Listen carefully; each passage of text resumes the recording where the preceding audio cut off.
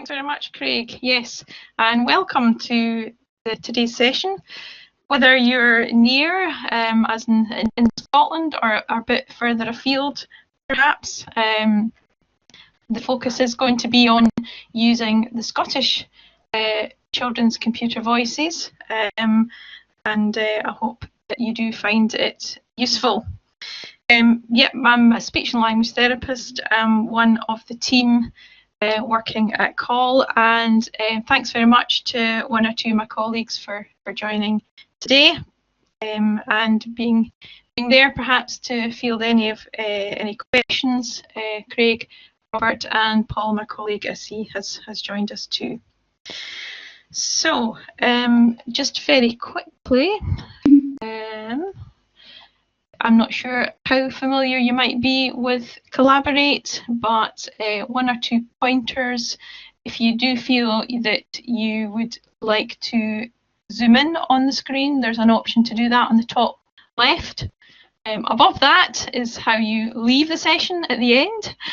At the bottom, there is an option to raise your hand, the person. I'm not sure if the mics are going to be on today. I suspect not, but there is an opportunity for you to ask questions, make comments in the chat, and to open the chat, it's two arrows pointing to the left, the purple bubble. You open that up, and then the actual chat bubble should allow you to see the chat. I'll do my best to keep an eye on that too for any questions, and I'm sure if I miss anything, one of my colleagues will hopefully draw my attention to that.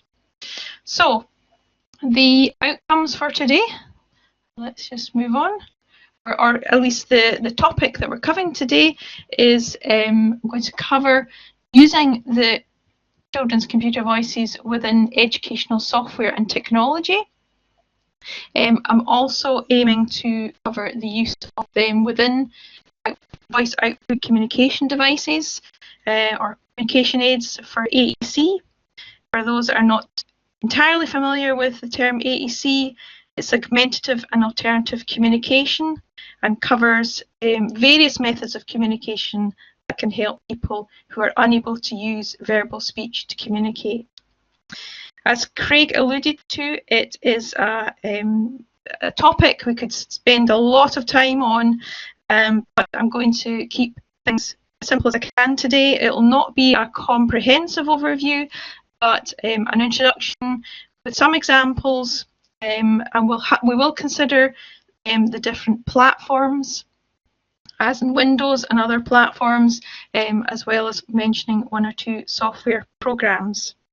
We will touch a bit on iPads and Android devices, and we'll also quickly look at the licensing and downloading of the voices, and hopefully signpost you to one or two sources of further information and support.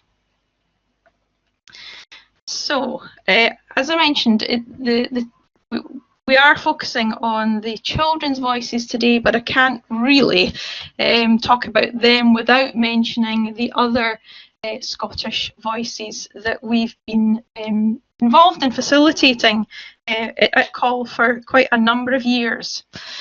And to give you some insight as to why have we been involved in facilitating learners who we are involved in supporting in our work across Scotland, and it's because we do believe that there is a strong cultural and educational reason for pupils, students and people with disabilities to be able to do two things. The first being to be able to read and listen to educational and information resources on the computer spoken using a Scottish voice, and also to be able to speak using a voice output communication aid with a Scottish voice, which in effect becomes their own voice, and we know from research that it's very important to have a voice that an individual is happy with, they can identify with, as can their family,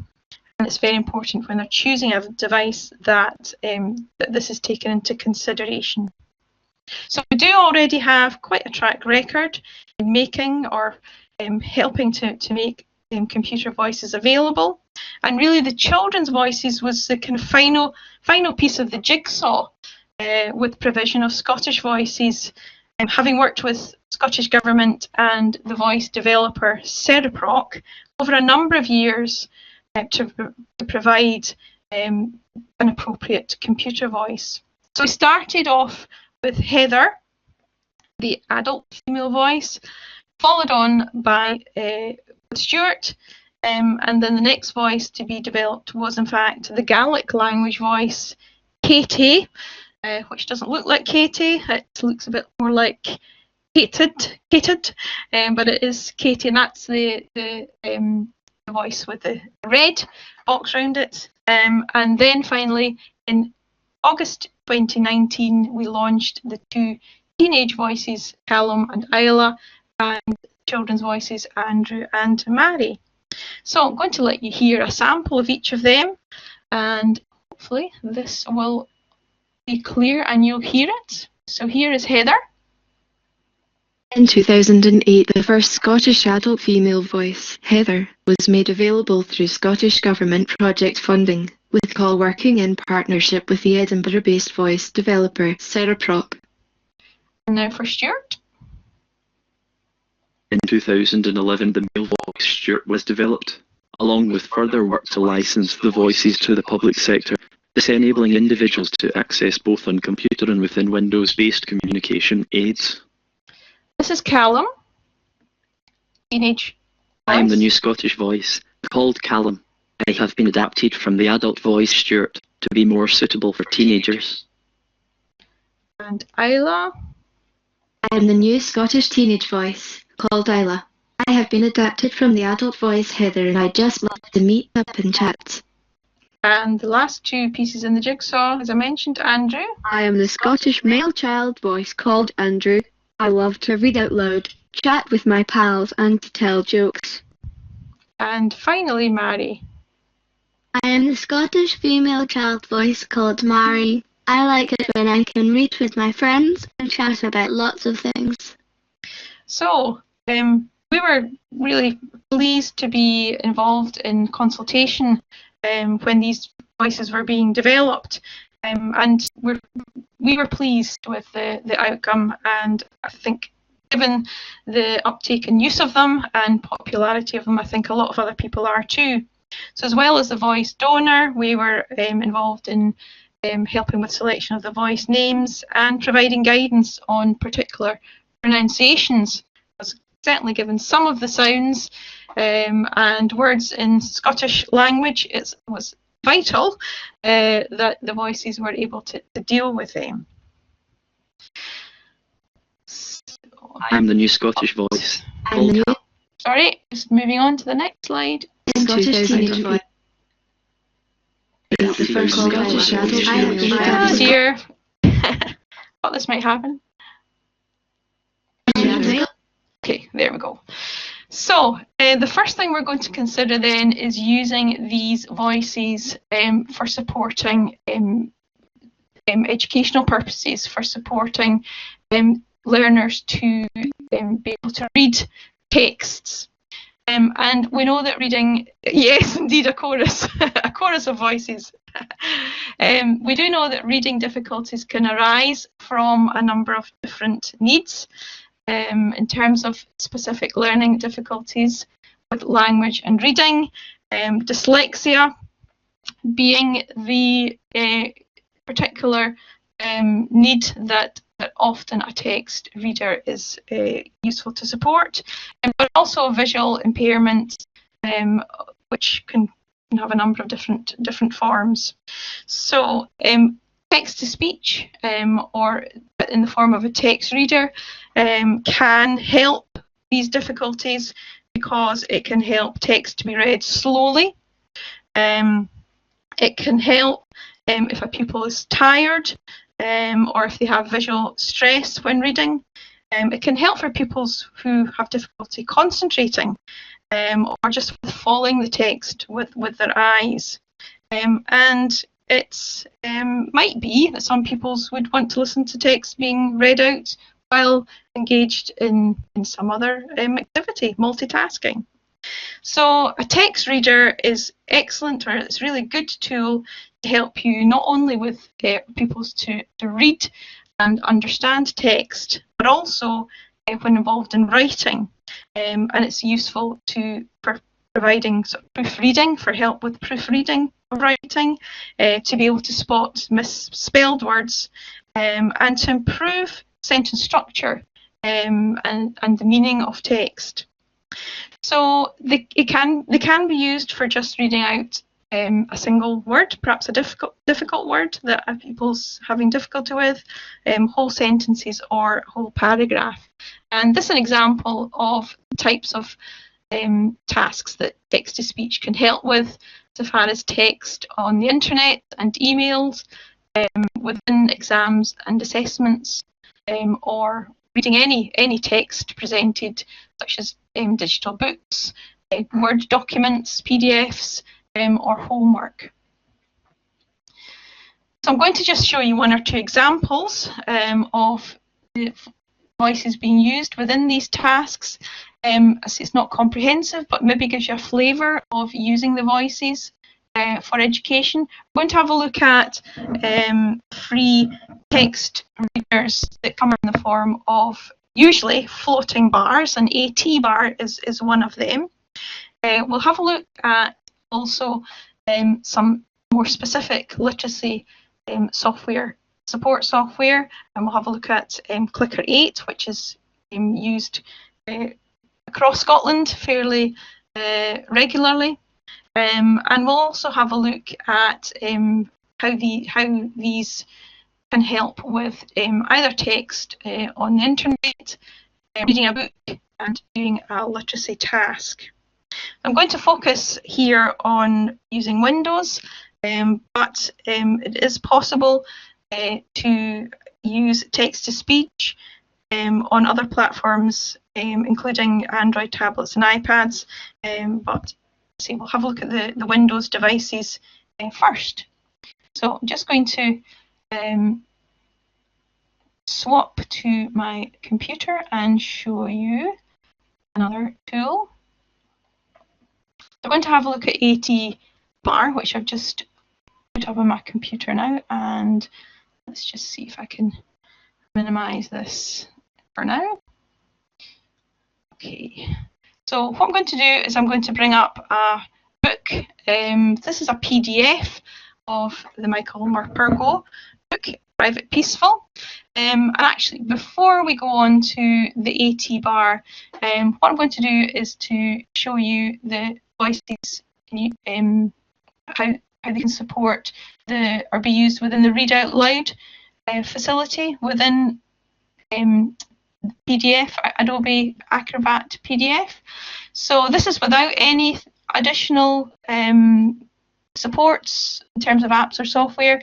You can go up to View and activate the Read Out Loud. I've already done that feature, and this means that any text that I highlight will be read aloud with the voice that I have set up, and that's in my preferences.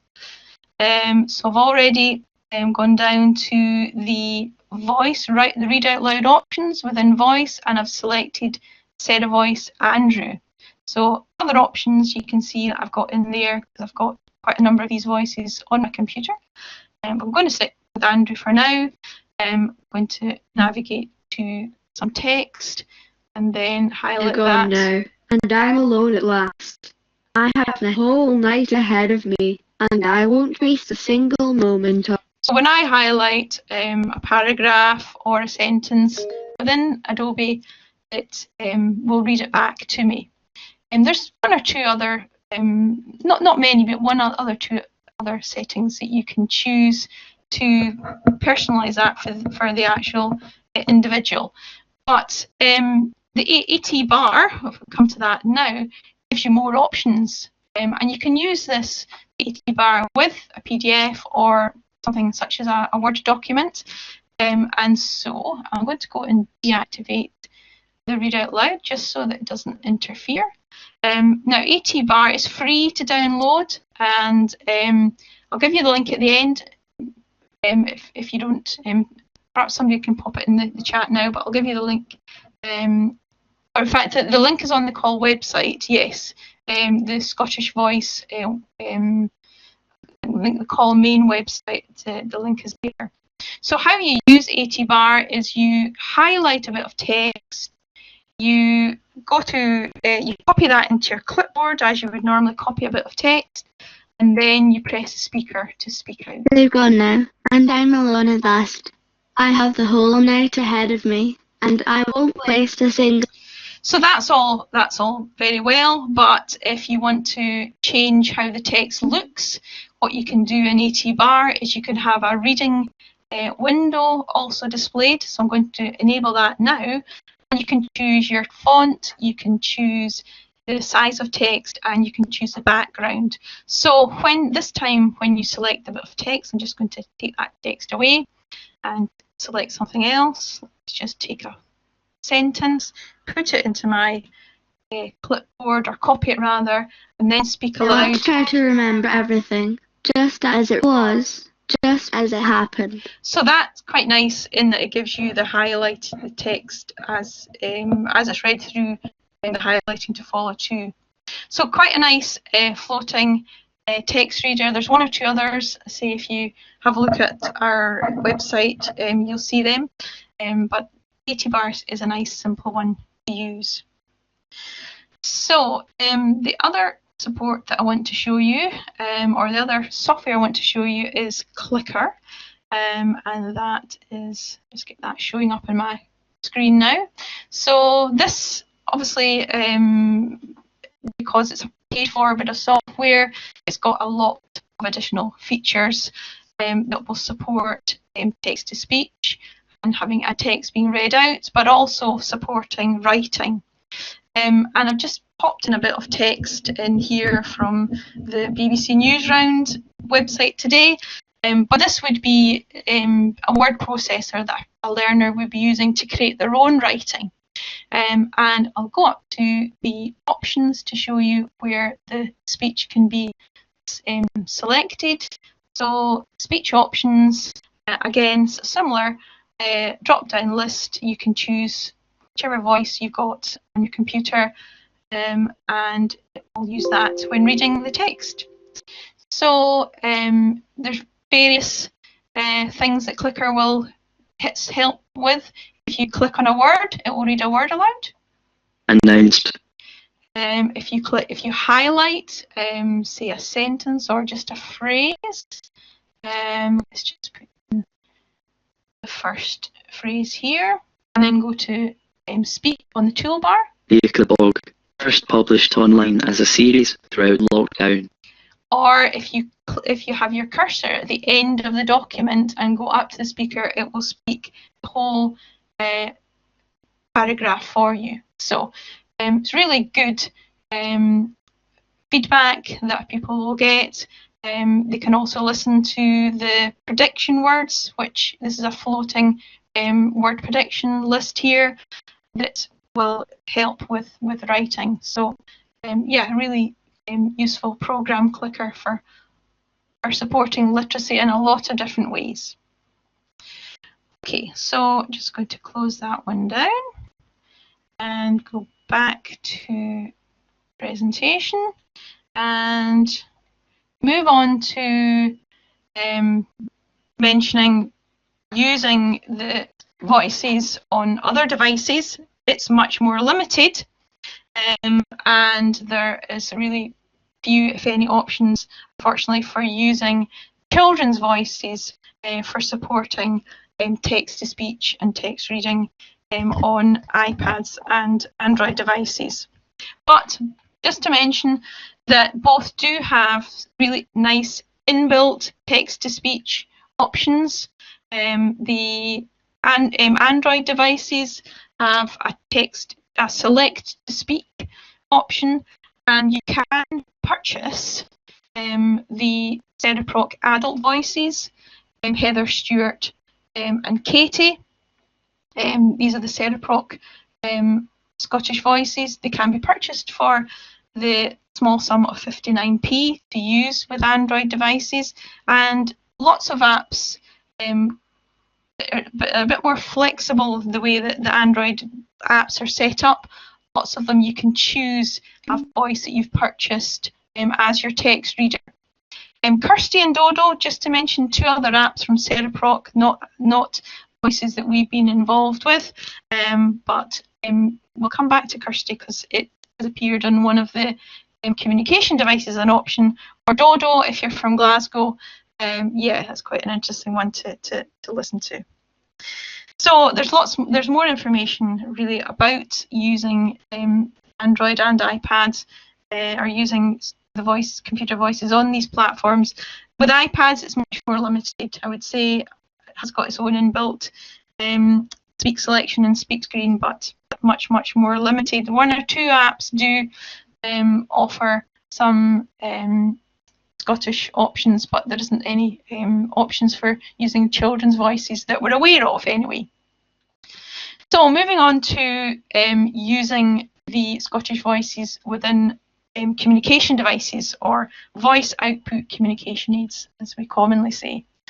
This is where it starts to get just slightly more complex, and I'll try to keep it as simple as I can. So the three devices, or the three suppliers, Liberator, Adobe Dynavox and Texas.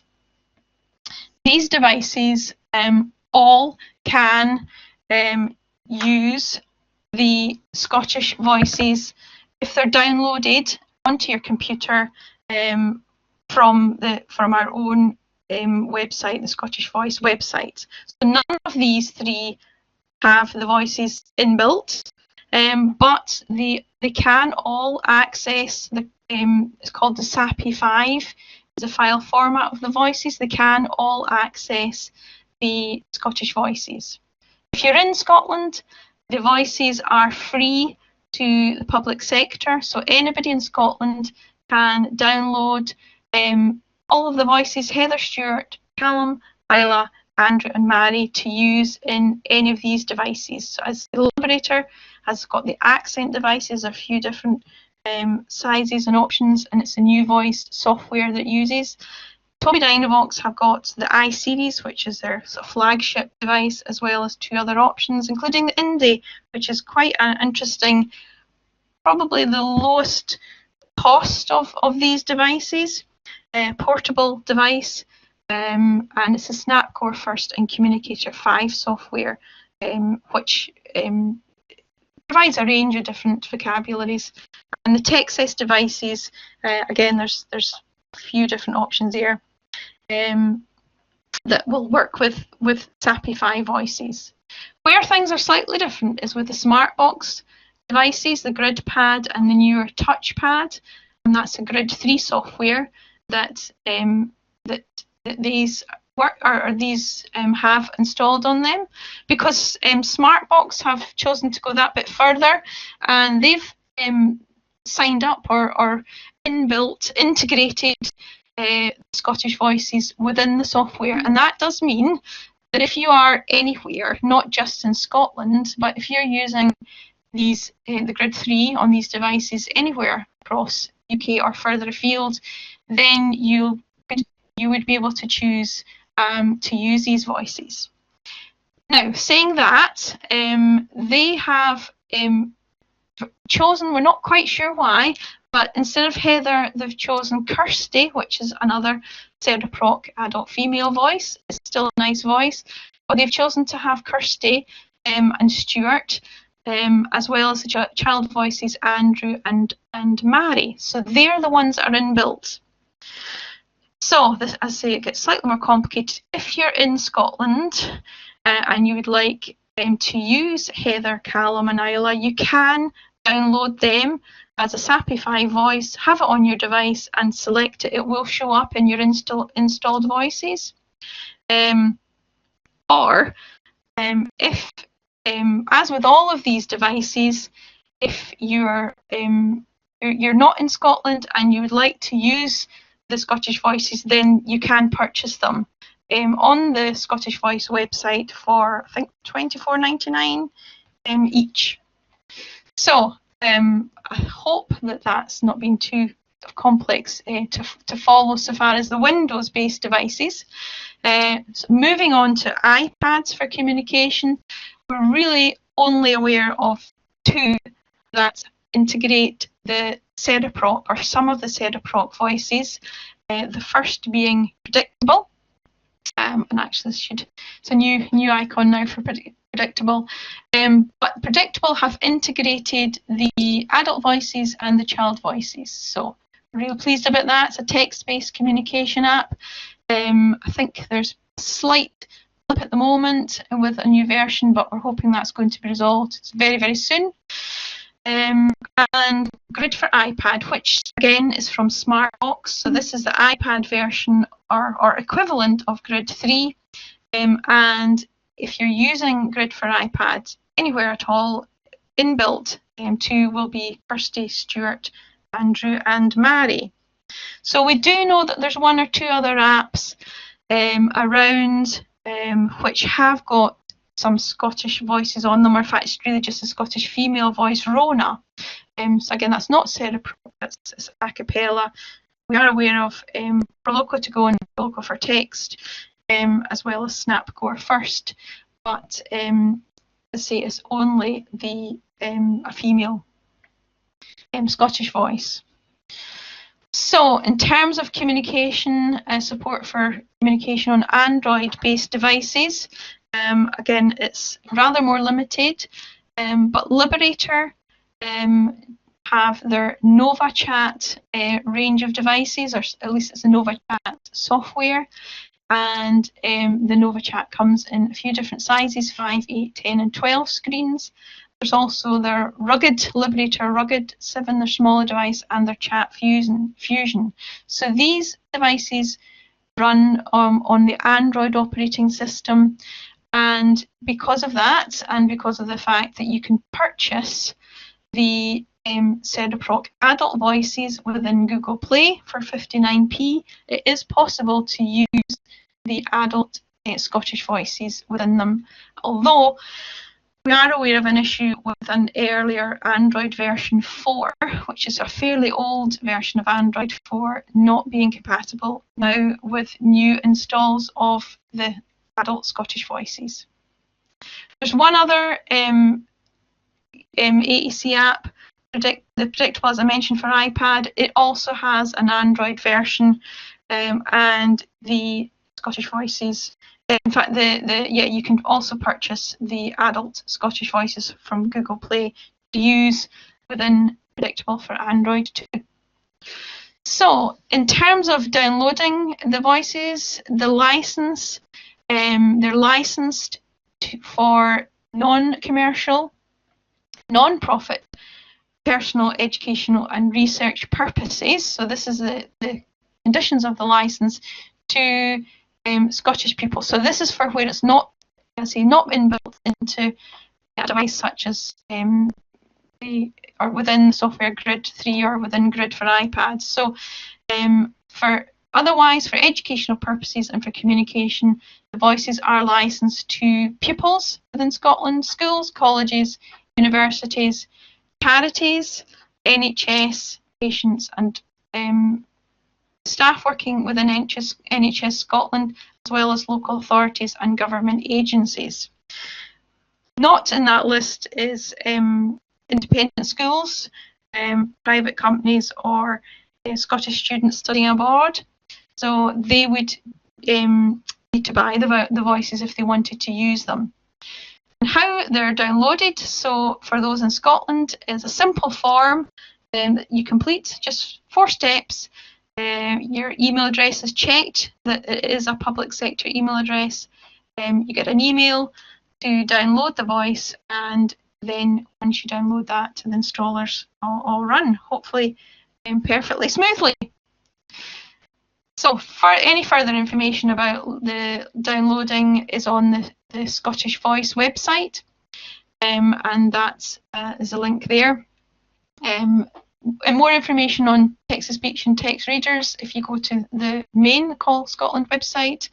And if you want further information on AAC apps, such as Grid for iPad and Predictable, then there's an AAC app wheel that you could download. And if you're interested in any further Call Professional Learning, please visit our professional learning page.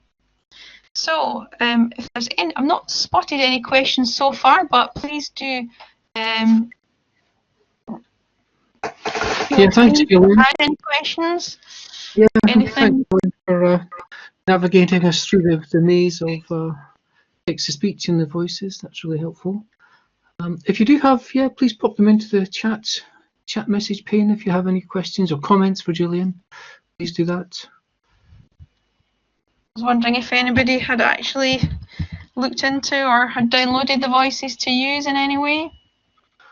Just say from a personal point of view, I'm a touch typist. I'm a rubbish touch typist, so I'm always making mistakes and typos. So I always use text-to-speech just to proofread my work. Okay.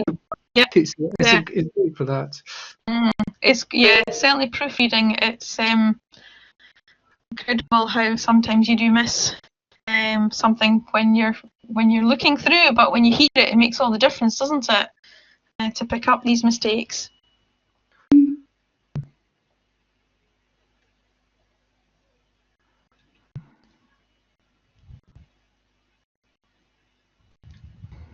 Yeah, Paul's asking, does anyone have any comments on the voices for AAC users? Quite an important point. I remember the research you're looking at, Gillian, not so long ago about how there was some research on younger AAC users, maybe a male who had a female voice, or a female having a male voice on the AAC device, when there maybe just wasn't as much options to choose from, but hopefully that's changing now. Oh, yeah, I mean, certainly the research carried out by Manchester University has highlighted just how important it is to users to be able to select an appropriate voice, and sometimes that's not quite high up the list when other family perhaps or staff are suggesting what might be the useful features for a communication device to have, but certainly for users, it's vitally important. So that's Paul mentioning that a student had gone back to Stuart rather than Andrew. I suppose the idea of having children's voices, then teenage voices and adults, is that there is a progression for when learners do move through different stages of their life. And so Alexis is asking about plans to develop a male Gaelic voice. I'm going to need to pass that question over because we do have obviously Katie, the female voice. I'm not sure. I could enable Paul's microphone, because Paul's probably the best person. Yeah, absolutely. I'll just, that's okay with Paul. Robert's done it. Paul, if you have anything to say on that, we've put you up to moderator.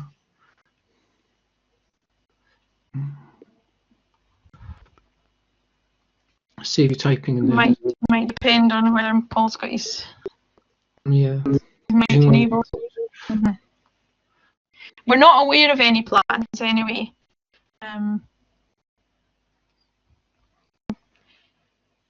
Wondering whether. Sorry. Hi, quick answer to the question. We don't have any plans because we don't have any money. If we did have some money, then it would be easy to do. So the last time Katie, then the cash came from SQA, the Scottish Further Education Council, Gaelic, and somebody else whose name I forget. And it came about really pressure to get a Gaelic voice when the national literacy assessments came in, and you weren't to use a reader for the English assessment, but you could use a computer reader, and so hence people were we're wanting to parity to our Gaelic medium learners who might be wanting to use this computer voice. So basically, if you've got any ideas for where we could get funding, Alexis, then that would be get in touch, because yeah, it's just a question of cash. Quite straightforward. Just money is all we need. A good first step that there is a voice there for those studying in the Gaelic medium, because as you say, it's important that pupils can be independent within exams and with their work and read out text in Gaelic. So yeah. Okay. Yeah, thank you, Gillian. Thanks everyone for attending and for the questions and comments. Thank you. We'll close the session now.